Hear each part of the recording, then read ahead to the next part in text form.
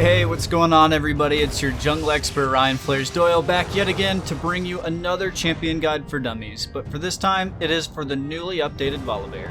And y'all, before I get started, be sure to go check out Mobalytics.gg and consider downloading our handy dandy desktop app. From there you can import all of our Volibear builds as well as every other champion build straight into your client, and you'll never have to worry because we regularly update to show what the best of the best is during a patch. Before we go too in depth on the champion overall, what his rework did was mostly keep his old identity as a champion, but made him with more violence, speed, and momentum, as this video will cover both Volibear top and jungle as they both have hefty play rates. Some of you might be wondering what his role on a team is right now, or some key differences between his new and old version. So compared to the old Volibear, the new Volibear provides much more substantial teamfight presence and utility thanks to his ultimate disabling towers and the stun from his Q, which really provides a window of opportunity for either yourself or your team to take care of the trash and win a fight before the tower turns back on. You're not going to feel as useless in teamfights anymore, and that's because you're going to easily peel for your carries or just launch straight onto their backline. Overall, I believe his early and mid game are much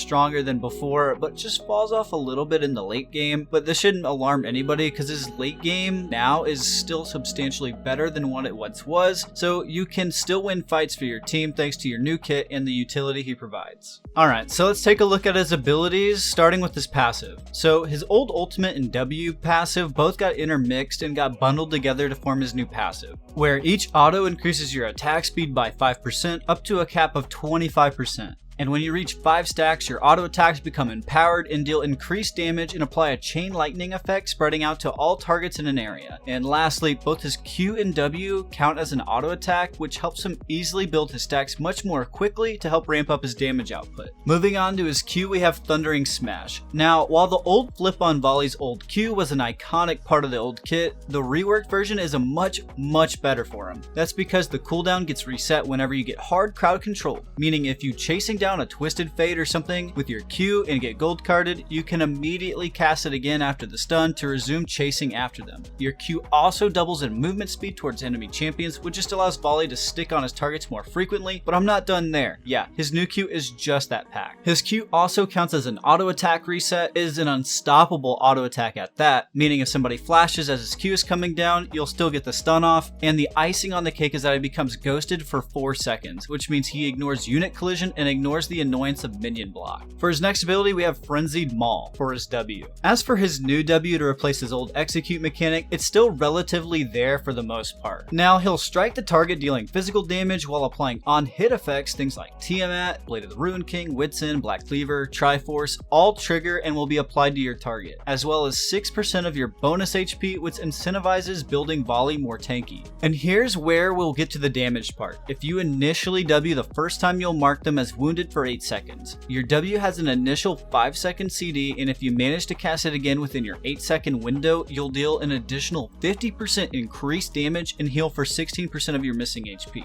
Sky Splitter, Volley's new E, is definitely something new to Volley's kit and overall feels really good. It has a 2-second cast time where the enemy only has 1 second to react and get out of the area. It pairs well with your Q and it provides an amazing burst onto your target while also giving you a shield of 15% of your max HP for 3 seconds and slows anybody in the area by 40% for 2 seconds. Once again, the ability really gives a clear incentive to build HP. And as for his ultimate, oh my god, this thing is beautiful. I already mentioned before it disables towers like the old Wrecker item, but if you were wondering how long they're disabled for, it's 3, 4, and 5 seconds at ranks 1, 2, and 3. But holy crap, is this thing loaded with major damage and amplifying effects to make your kit feel unstoppable. So your ultimate is an unstoppable leap, much like a Malphite or Set ultimate where you can't be crowd controlled. Also, if your Q is on while your ultimate is being cast, the duration is refreshed, meaning you can use your Thundering Smash to get in range of a juicy ultimate and ult right before it expires. This way you'll be able to apply your stun and layer on even more damage. Speaking of damage, this thing does a flat 300, 500, and 700 damage at ranks 1, 2, and 3 with a bizarre AD and AP ratio to make this thing an absolute nuke, while also slowing all enemies in the area by 50%. He'll also become ghosted for 12 seconds just like the effect on his Q,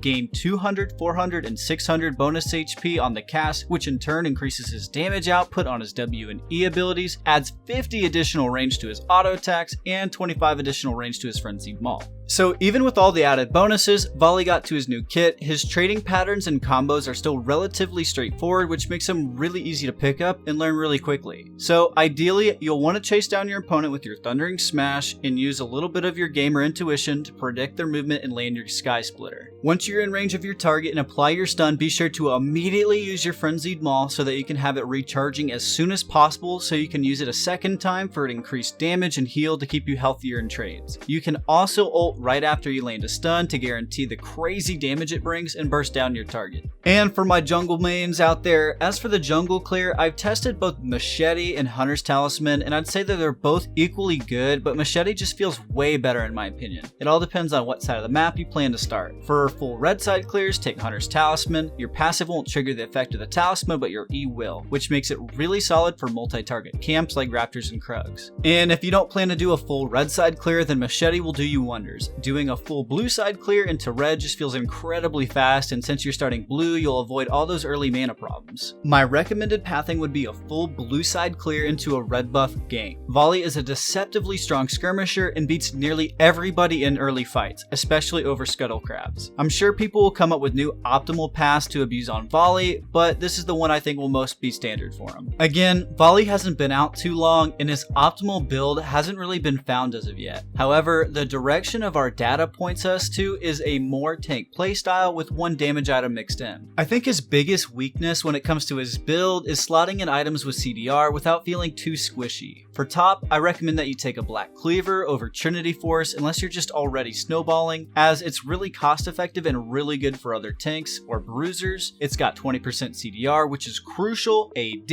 and health, which both increases damage output. Afterward, be sure to pick up a Sunfire Cape, which adds even more damage thanks to his Q, Spirit Visage, which amplifies his healing on a second W cast, Deadman's Plate or Thornmail, and Sterk's Gauge if you happen to make it to 6 items. As for boots, generally it's best to gravitate towards Swiftness boots, as the counter to your Thundering Smash is being slowed. However, sometimes you can't just help it and but to need a Ninja Sabais or a Merc Treads depending on your game, and that's okay too. As for Volibear Top's Rune Setup, be sure to go Press the Attack, Triumph, Legend Alacrity if there's not a lot of CC, or Legend Tenacity if there is, and Last Stand. For your secondaries, I'd highly recommend taking Cheap Shot and Ultimate Hunter. Your ultimate is just a huge part of your damage, and it's sadly on a pretty hefty cooldown timer, which means the longer it's down, the longer you have to wait to make more plays. As for the jungle, Cinderhulk is just way too good of an item, so be sure to pick that up first. Afterward, if you're snowballing, pick up a Black Cleaver or Trinity Force based on your situation, then build full tank. With the amount of disgusting healing there is in the game at the moment, it's almost a necessity to carry anti-healing, so be sure to pick up a Bramble Vest and sit on it. Otherwise, your next item should be a Deadman's Plate, as it's generally better, but with the recent crit item changes for ADCs, more of them are being more popularized, and you have to opt into buying a Randuin's Omen instead. Then, Spirit Visage, Warmog's Armor, and complete your Thornmail last. Of course, you don't always have to build a Triforce or a Black Cleaver. Even though the damage is nice to have, as well as the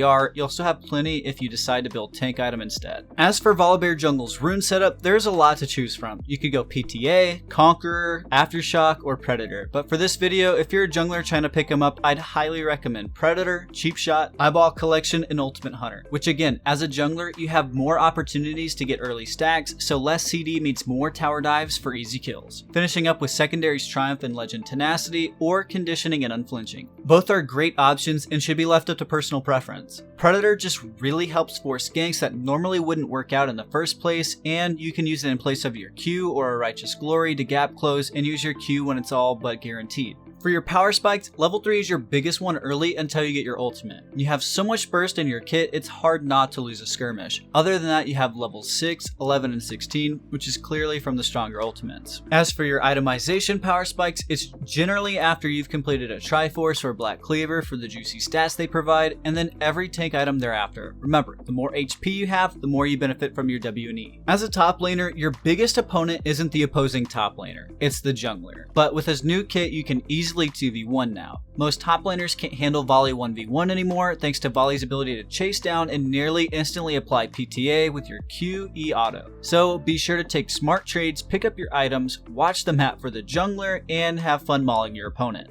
As the jungler, you'll want to hit your level 3 power spike ASAP and look to gank a lane or fight over Scuttle Crabs. In his current state, he has no hard losing matchups, with maybe Olaf pre-6 being able to beat him. However, you'll just outscale him anyways. use your ultimate to tower dive, or just flat out dunk your opponents for easy 1v1s or ganks. And dragons are really easy to solo thanks to your W and E. Just be mindful of your mana pool, as it's really easy to go out of mana quickly if you're not paying attention. For team fighting, it's pretty much the same as if you were either jungle or top. You are either an engagement tool for your team or a flanker. Either way, you can launch onto the enemy front or backline and dish out some really good damage while locking a target down with your stun. After you've engaged, be sure to peel back and hit the closest target and peel for your team. You are the tank after all. And it's important to know your matchups, and that's why I wanted to bring up some champions that seem to do extremely well into Volibear. For top lane, Singed, Alawi, Quinn, Kled, Teemo, Urgot, Yorick, Jax, and Shin are your harder matchups because they all have ways to make you look silly while they cut you, or have abilities to negate your stun, and autos like Teemo Blind, Jax Whirlybird stun, or the Shin W. And as for the jungle, I personally think Volley is just more suited as a jungler because he avoids a lot of his harsher matchups. Like I mentioned before, right now he doesn't have any hard losing matchups outside of losing to an Olaf early, but champions like Dr. Mundo and Kayn are more favored and outscale him later.